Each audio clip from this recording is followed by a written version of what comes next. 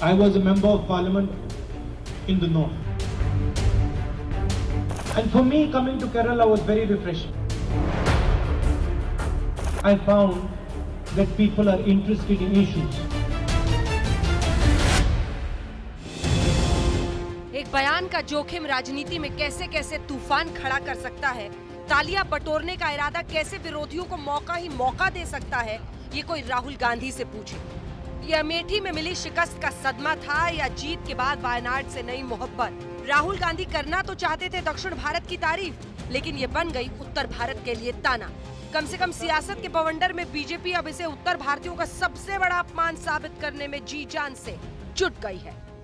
For the first 15 years, I was a member of parliament in the north. So I had got used to a different type of politics.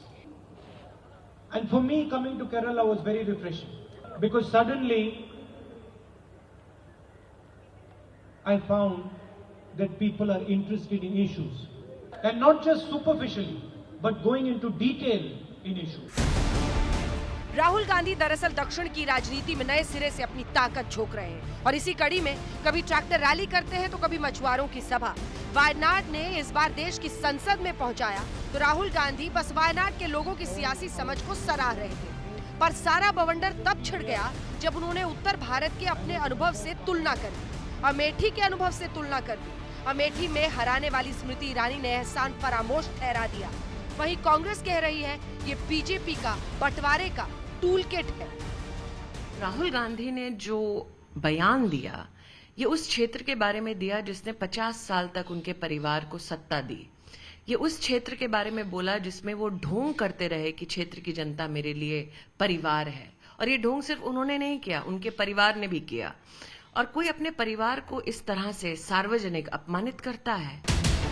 Amethi और वायनाड वाले इस सियासी शोले में दोनों ही पार्टियों की तरफ से पूरी कायनात जुट गई है।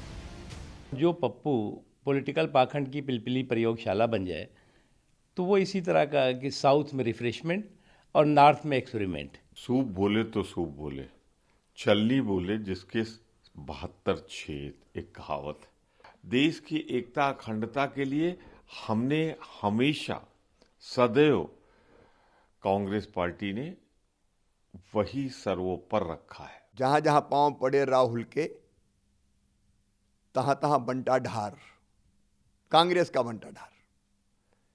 पहले उत्तर कांग्रेस मुक्त कर दिया, अब भैया दक्षिण की तरफ चले हैं। प्रेम की राजनीति होनी चाहिए, सद्भाव की राजनीति होनी चाहिए, नफरत और बंटवारे की नहीं। परंतु भारतीय जनता पार्टी ने इसमें भी उत्तर और दक्षिण के विभाजन का टूल किट जारी कर दिया। देश में विभाजन जिन्होंने पहले किया था, आज भी कोई नई रणनीति कांग्रेस के नेता कर रहे हैं विभाजन के लिए, जैसा राहुल गांधी जी का आज का बयान है, बहुत ही निंदनीय बयान है। ये कोई इतनी बड़ी चीज नहीं है। अपने अलग अलग हर आदमी अपने इलाके के बारे में कहता है, और जहां तक विघटन की और बंटवारे की राजनीति, तो भारतीय जनता पार्टी किसी को इस बारे में लेसन न दे। ये जो आपने खेल करने की कोशिश कर रही है नॉर्थ और साउथ को डिवाइड करने की, ये अंग्रेजों की नीति रही है, एक ये भारतीय संस्कृति नहीं है। उन्होंने अगर केरला के ताल्लुक से कुछ अच्छी बातें कही हैं तो इसका मतलब ये हरगिज़ नहीं है कि उन्होंने नॉर्दर्न इंडिया के बारे में कोई गलत बात कही है। ये तो स्मृति ईरानी जी और भारतीय जनता पार्टी की सोच है। बवाली बयान की कहानी यहीं खत्म नहीं हो रही। राहुल गांधी ने एक बार फिर मछुआरों के लिए अलग मंत्रालय की भी बात की है और फिर बरस पड़े गिरिराज से। कहा भ्रम की अफीम फैला रहे हैं Rahul Gandhi. No one speaks for you in Delhi. So the first thing I would like to do is have a ministry dedicated to the fishermen of our country, so that your issues can be defended and protected across the country. भरम का हफीम जरूर वो खा लिए जो एक department हो, fishery department, जिसमें वो क्वेश्चन करते हों खुद अपने हस्ताक्षर से,